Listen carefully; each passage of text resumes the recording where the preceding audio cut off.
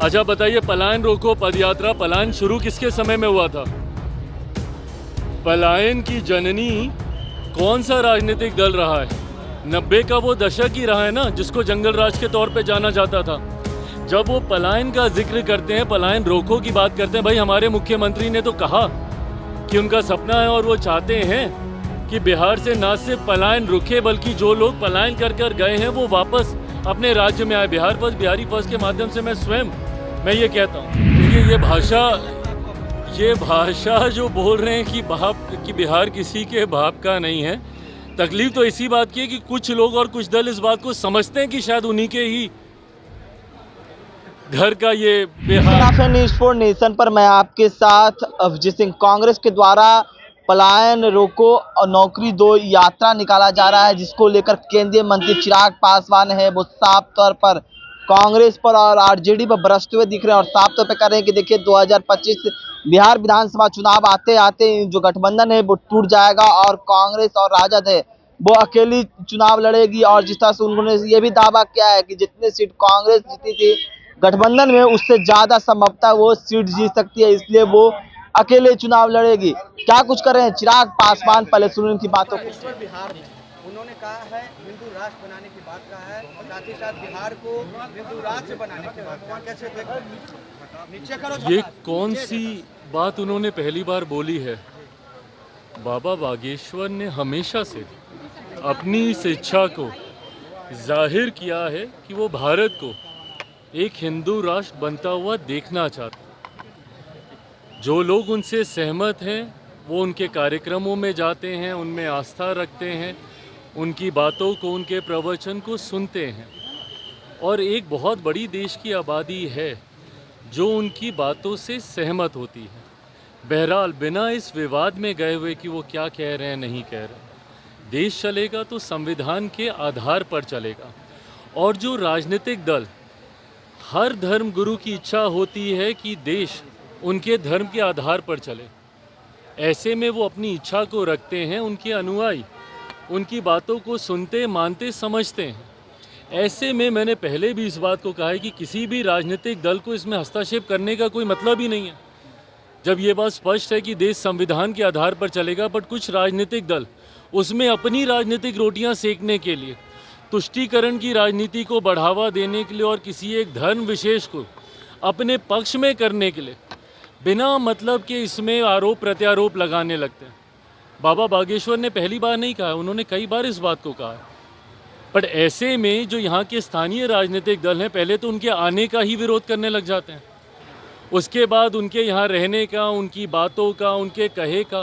भाई आप एक राजनीतिक दल हैं, आपको क्या लेना देना कोई धर्मगुरु आके क्या कह रहे हैं नहीं कह रहे हैं। जब किसी दूसरे धर्म के लोग अपने धर्म के बारे में सारी बातें करते हैं, तब तो ये लोग नहीं बोलते राजद जैसी पार्टियाँ। क्यों? क्योंकि उस वक्त इनको तुष्टीकरण करना होता है। हकीकत ये है कि देश में एक बड़ा राजनीतिक दल और ख़ासतौर पे विपक्षी दलों का एक समुदाय अब ऐसा बन गया है जिनके लिए भारत में सेकुलरिज्म का मतलब एक धर्म विशेष का तुष्टीकरण करना है। ये सोच ही पूरी तरीके से गलत है। राजनीतिक दलों को अपनी टिप्पणी सिर्फ राजनीतिक आधार पर ही रखनी चाहिए और सिर्फ सरकार की नीतियों के आधार पर करनी चाहिए। धर्मगुरुओं ने कई बार ऐसी बातें कही और कई धर्मगुरु ऐसी बातें करते रहे हैं। इस विवाद में किसी राजनीतिक दल को पढ़ने की ज़रूरत ही नहीं है। राजद के पास अगर इतना ही समय है तो फिर वो भी अपनी एक धर्मशाला अलग से खोल लें। फिर क्यों वो किसी एक राजनीतिक संगठन का हिस्सा बने हुए हैं? अगर उनको टिप्पणी करनी है, करें ना भैया, बिहार में हमारी सरकार को लेकर, करें देश में हमारी सरकार को लेकर। पर इस तरीके की बातें कर कर राज्य में सिर्फ धार्मिक असंतुलन बनाने का प्रयास जो राजद के द्वारा किया जाता है वो कतई उचित नहीं है।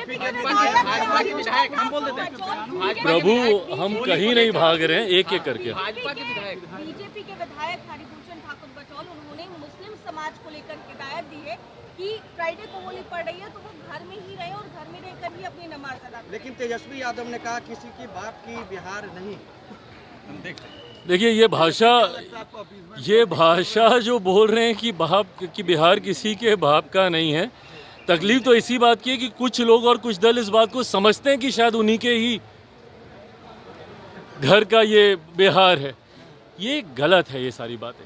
देखिए हर धर्म को और ख़ास तौर पर हिंदू त्यौहार का तो मतलब ही यही रहा है कि हर कोई मिलजुल कर इन त्योहारों को मनाता रहा है।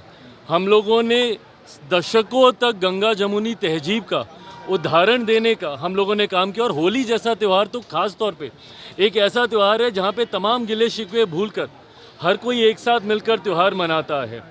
ऐसे में जो भाजपा के विधायक भी कह रहे हैं, उसके पीछे की सोच भी यही है कि हर कोई मिलजुल कर मनाए। किसी को तकलीफ है तो भाई अपना आगे पीछे सोचे, बट उसमें पुनः उसका इंटरप्रिटेशन गलत तरीके से निकाल कर जो राजद के लोग हैं वो जो धार्मिक असंतुलन फैलाने का प्रयास करते हैं, तुष्टीकरण का प्रयास करते हैं, ये गलत सोच। चुनाव नजदीक है और ऐसे में कांग्रेस जो है वो पद यात्रा निकालने वाली है, पलायन रोको पद यात्रा। अच्छा बताइए, पलायन रोको पद यात्रा, पलायन शुरू किसके समय में हुआ था? पलायन की जननी कौन सा राजनीतिक दल रहा है? 90 का वो दशक ही रहा है ना, जिसको जंगल राज के तौर पे जाना जाता था। जब वो पलायन का जिक्र करते हैं, पलायन रोको की बात करते हैं, भाई हमारे मुख्यमंत्री ने तो कहा कि उनका सपना है और वो चाहते हैं कि बिहार से ना सिर्फ पलायन रुके बल्कि जो लोग पलायन कर कर गए हैं वो वापस अपने राज्य में आए। बिहार फर्स्ट, बिहारी फर्स्ट के माध्यम से मैं ये कहता हूँ कि एक दिन हम लोग को ऐसे विकसित बिहार का निर्माण करना है और करना ही होगा, और ये होगा ही जब ना सिर्फ बिहार से पलायन रुकेगा बल्कि जो लोग पलायन कर कर गए हैं वो अपने राज्य में वापस आएंगे। पर ये टिप्पणी कांग्रेस किसके प्रति कर रही है? राजद के प्रति ही कर रही है ना, जिनके समय में सबसे ज़्यादा पलायन हुआ था। आज मैं भी देश के कोने कोने में जाता हूँ, वहाँ पर जब बिहारी मिलते हैं वो मजबूर हुए हैं बिहार को छोड़कर दूसरे राज्यों में जाने के लिए। जब मैं विदेश की यात्रा पे भी जाता हूँ, वहाँ पे भी खास तौर पर बिहारी डायस्पोरा से इंटरेक्ट करता हूँ, उनसे मुलाकात करता हूँ, और उनका वो दुख मुझे उनकी बातों में दिखाई देता है कि किन परिस्थितियों में उनको अपना प्रदेश छोड़कर दूसरे देशों में जाना पड़ा, और आज पीढ़ियाँ वहीं पे बस के रह गई हैं, अपने ही राज्य में प्रवासी कहलाते हैं।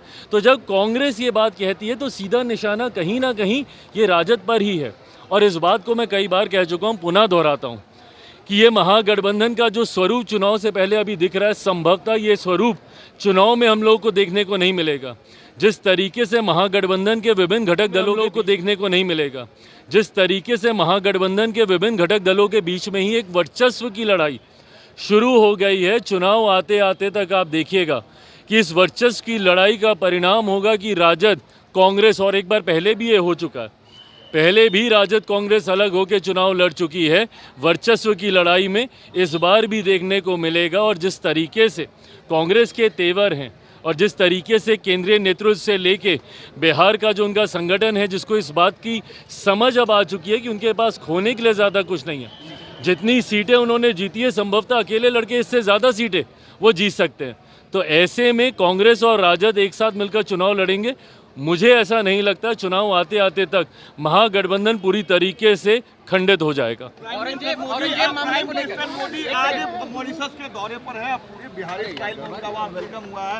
एज अ बिहारी आप कैसे देखते हैं उनके इस पल को? खुशी होती है जब दूसरे देशों में बिहारी स्वरूप में हमारे देश के मेरे प्रधानमंत्री आदरणीय नरेंद्र मोदी जी का जब स्वागत होता है। मॉरिशस एक ऐसा देश है जहाँ पे बड़ी आबादी बिहारियों की है, और ऐसे में जब हम लोगों की परंपरा से उनका स्वागत वहाँ पे किया जाता है, प्रधानमंत्री जी वहाँ के एक राष्ट्रीय कार्यक्रम में बतौर मुख्य अतिथि के तौर पर वहाँ पर सम्मिलित होने गए हैं, और मैं मानता हूँ कि हम सब के लिए, देशवासियों के लिए और ख़ास तौर पर बिहारियों के लिए ये गर्व का क्षण है। औरंगजेब मामले को लेकर क्या कहेंगे? कई विधायक अरे प्रभु, ये इनका होता रहता, कोई नहीं बात। लेकर सवाल है कि और किया जाएगा उत्तर प्रदेश में योगी सरकार के यहाँ भेजे अबू आजमी वाले बयान के बाद बिहार में भी विधानसभा नहीं, तकलीफ इस बात की है कि जब आप हिंदू शासकों की तुलना और उनकी तुलना में कुछ ऐसे मुगल शासकों का नाम लेने लगते हैं जिनका एक अपना क्रूर इतिहास रहा है, उनका अपने ही परिवारजनों के साथ उनकी क्या भूमिका रही, देश में शासन करते वक्त देशवासियों के साथ उनकी क्या भूमिका रही, ये इतिहास में दर्ज है, ये कोई नई बात नहीं है। पर ऐसे में हिंदू शासकों के सामने तुलना करते हुए जब आप उनको ऊंचा दिखाने की सोच रखते हैं तो ये तुलना ही गलत है।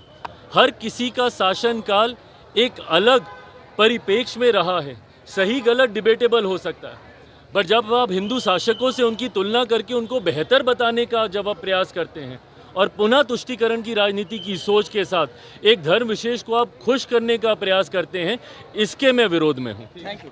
तो आपने सुना केंद्रीय मंत्री चिराग पासवान किस तरह से गठबंधन को महागठबंधन पर बरसते हुए दिख रहे हैं और साफ तौर पे कह रहे हैं कि कांग्रेस और राजद है वो अलग हो जाएगी। और वहीं जिस तरह से मुस्लिम और हिंदू को लेकर जो विवाद देखने को मिल रहा है, जो सदन में इन दिनों देखा जा रहा है कि होली के दिन ही जुम्मा पड़ा, जिसको लेकर क्या कुछ कर रहे थे, आपने सुना चिराग पासवान। इस तमाम खबर न्यूज़ 5 के साथ नमस्कार।